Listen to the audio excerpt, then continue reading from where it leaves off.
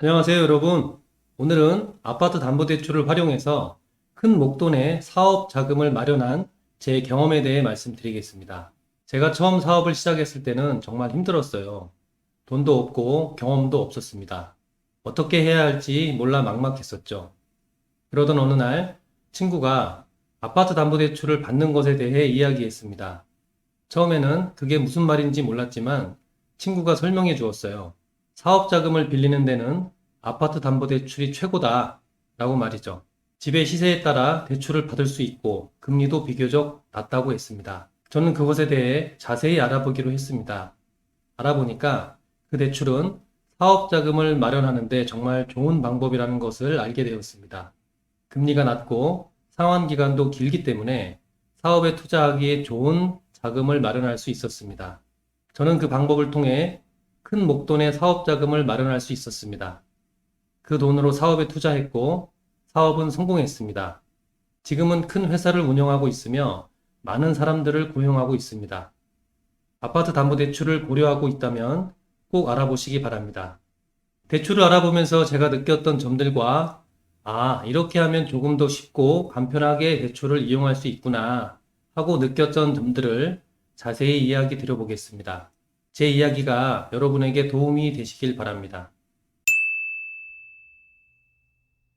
요즘 금리도 많이 상승하고 아파트 값도 많이 떨어져 있는 상황이라 시기가 시기인 만큼 생각보다 필요한 자금을 마련하기가 쉽지 않았었는데요. 처음에는 신용대출 여러 곳을 받는다면 가능하지 않을까 하고 판단했었는데 알아보니까 전혀 그렇지 않더라고요. 설령 신용대출이 가능하다 할지라도 높은 금리가 적용되었고 대출 한도도 너무 작아서 원하는 만큼 대출이 나오지 않았어요. 오히려 시중은행은 한도가 낮아 여러 측면에서 저에게는 불리함이 따랐습니다. 여러 방법들을 생각하다 사업자 아파트 담보대출로 결정하게 되었는데 한도나 이자 두 가지를 한 번에 노릴 수 있어 저에게는 너무 만족도가 높았습니다. 우리가 흔히 알고 있는 시중은행을 포함해 담보대출을 받을 수 있는 금융사는 매우 다양하지만 원하는 만큼 자금을 받을 수 있는 곳은 한정적이라는 것이 늘 문제가 되었죠. 특히나 시중은행은 정부 규제를 직접적으로 받다 보니 자금 활용 범위가 좁을 수밖에 없는데 이금융권부터는 규제 영향이 일절 가해지지 않아서 비교적 어렵지 않게 고액 승인이 가능했습니다. 이전과 전혀 다른 이금융 분위기가 고금리라는 인식도 사라진 지 오래였고요. 그래서 필요 자금을 넉넉하게 받기 위해 진행을 하였는데 금리마저 생각보다 낮아 부담 없이 거래를 유지하고 있어요. 저 같은 경우는 아파트를 살 때 은행에서 주담대를 받은 게 있어서 선순위 진행은 어렵고 후순위 대출로 진행을 한 케이스인데요. 후순위 아파트 담보대출은 보유 중인 주택을 사용해서 2순위 근저당을 설정하는 방식으로 진행하게 되었죠. 기본적으로 1순위 시중은행 담보가 잡힌 상태여야 심사 대상자가 되었는데요.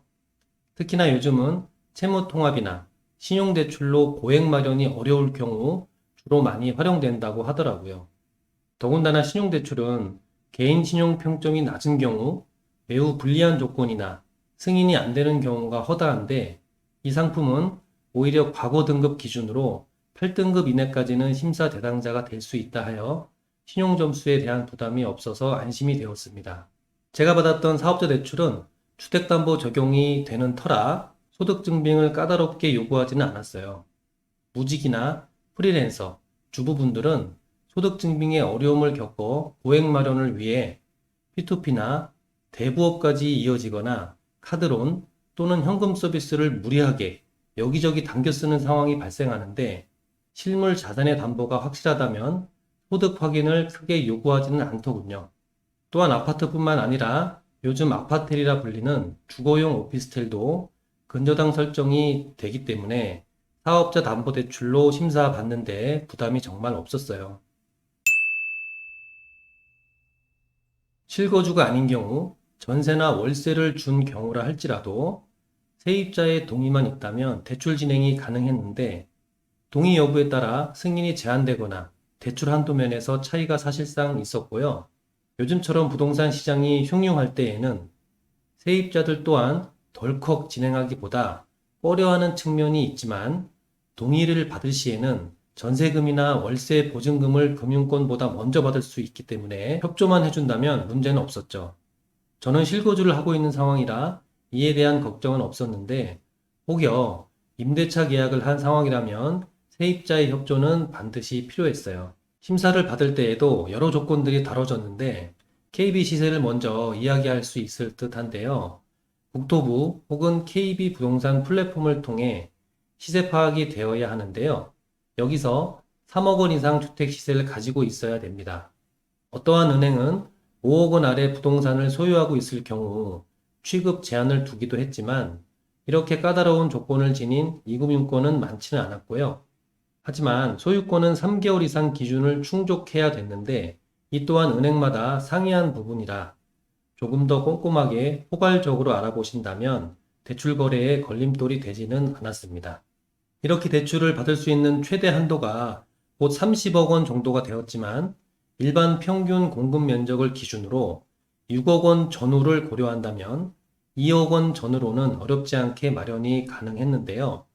금리 또한 사실상 나쁘지 않은 수준이었고 담보의 영향력인지 적게는 5.9%대부터 금리가 시작이 되었죠. 높아도 10% 초반대가 되었는데 10% 이상 기준을 넘는다면 신용점수가 낮은 편이라 그럴 수도 있었어요. 특히나 변동금리가 아니라 고정금리로 적용되어서 이율 부담도 안정적이라는 점이 저에게는 메리트가 있는 특징이었어요. 대출 상환일도 많은 금액을 승인받을 경우와 소액일 경우로 나뉘게 되는데 기본 5년이었다면 최장 30년까지는 연장이 가능했어요. 단 원리금 균등 분할 조건이 따르곤 했는데 이때에는 이자와 원금을 분할하여 납입하는 방식이라 금리 적용에서도 메리트를 얻을 수 있었죠. 만기 일시 상환의 경우 대부분의 9할 이상이 이금융권에서 높은 금리를 적용하고 짧은 상환 기간을 주었던 터라 가급적 피하는 것이 가장 좋았죠. 높은 자금을 사용할수록 이자 부담이 높아진다면 원금을 갚지 못하는 상황이 발생하니까요. 사업자 아파트 담보대출은 한도를 계산하는 방식도 LTV 기준이 되었는데 사업자와 직장인, 무직에 따라서도 승인 금액이 달라진다고 하더라고요. 사업자는 사업체 운영 자금으로 사용이 가능하다 보니 직장인에 비해 더 많은 목돈을 받을 수가 있었고요. 아무래도 직장인과 무직, 주부들은 자금을 활용하는 범위가 정해져 있다 보니 사업자보다는 다소 불리한 부분이 있었습니다.